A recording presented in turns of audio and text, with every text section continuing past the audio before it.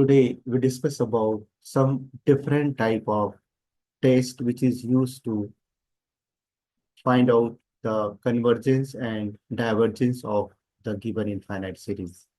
Let us take the first test, which is called geometric series test. According to this test, a geometric series A plus AR plus AR square plus AR cube and so on is convergent or converges if modulus of R is less than 1, diverges if R is greater than or equal to 1, and oscillates if R is less than or equal to -1. This is called geometric series test. The second test is P series test. The P series sum of n equal to 1 to infinity of 1 upon n to the power p, which is equal to 1 upon 1 to the power p, 1 upon 2 to the power p, 1 upon 3 to the power p, 1 upon 4 to the power p, and so on. So we are just putting the value of n as 1, 2, 3, and so on. So if we have given such type of series, which is called P series, then this series is convergent if p is greater than 1 and divergent if p is less than or equal to 1. This is called P series test. The third test is Concise and root test. Let summation of un with a series of positive terms such that limit of un whole to the power 1 upon n when n tending to infinity, which is equal to L, then the given series sum of un is convergent if L is less than 1, divergent if L is greater than 1, and test will fail if L is equal to 1. This is called Concise and root test. The fourth test is comparison test. Let summation of un and summation of vn be two series of positive terms such that limit of un upon vn when n tending to infinity, which is equal to finite non-zero number, then both the series converge or diverge together. So here, if we have given only one series, sum of un, with the help of the un, we will try to find out the another series vn, and then we find out its ratio. And if the ratio is finite non-zero numbers, then both the series will converge or diverge together. If we see the vn will be the always P series. So we know that how to test the convergence of P series.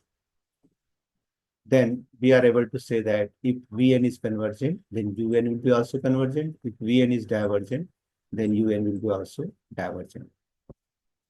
This is called comparison test. The fifth test is D'Alembert ratio test, or only simply we say that ratio test. Let sum of Un with a series of positive terms such that limit of un upon un plus 1 when n tending to infinity is L, then the series sum of un is convergent if L is greater than 1, divergent if L is less than 1, and test fails if L equal to 1. This is called ratio test. Why? Because we are taking the ratio of two consecutive terms of the given series. The sixth test is Robbie's test. Let summation of un with a series of positive terms such that limit of n times of un upon un plus 1 minus 1, which is equal to L. Then the series sum of un is convergent if L is greater than 1, divergent if L is less than 1, and test fails if L is equal to 1. Robbie's test is applied when the ratio test fails. And that's why we are adding one more thing. Un upon un plus 1 is subtracted by 1 and multiplied with n. This is the new terms for the Robbie's test. So if the Robbie's test fails, then we apply another test. So there is one more alternative test if the ratio test fails, which is called logarithmic test. So let us go ahead. What is the logarithmic test? Let summation of un with a series of positive terms such that limit of n log un upon un plus 1, which is equal to L, then the series sum of un is convergent if L is greater than 1, divergent if L is less than 1, and test fails if L is equal to 1. So just look here, if this can be also applied if the ratio test fails, provided that the ratio un upon un plus 1 has some power, then we apply the logarithmic test. Now, suppose if logarithmic and Robbie's test both should fail to predict the convergence or divergent of the given series, then we use finally the 8th series test, which is called De Morgan's or Burton test. The series of positive terms sum of un is convergent or divergent according as limit of n times of un upon un plus 1 minus 1 whole minus 1 of log of n, which is greater than 1, then the series is convergent. And if this term is less than 1, then we say that it is divergent. Or we can also define this limit of n log un upon un plus 1 minus 1 times of log n, which is greater than 1 or less than 1. If this term is greater than 1, then the series will be convergent, and if it is less than 1, then the series will be divergent. If we see this test, actually the first one is depending upon the Robbie's test, and the second one is depending upon the logarithmic test. So these are the 8 tests to check the convergence or divergence of the given series of positive terms. There is one more test which is useful in the alternating series.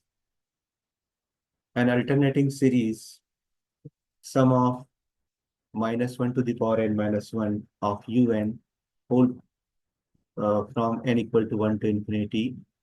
If we put n equal to 1, we get u1, and similarly we can obtain the another term minus u2 plus u3 minus u4 and so on. So clearly here the first term is positive, second is negative, third is positive, fourth is negative. This type of series is called alternating series. Why? Because we are getting plus minus alternatively.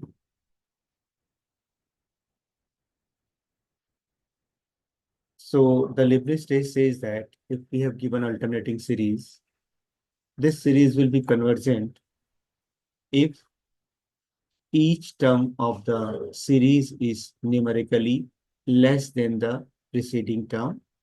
That is, un plus 1 is less than un. We only take the sign, we only take the numerical values, we won't consider about the sign. So if u2 is less than u1, u3 is less than u2, u4 is less than u3, then this is called each term of the series is numerically less than the preceding term. This is the first condition. The second condition is limit of un when n tending to infinity, it should be 0.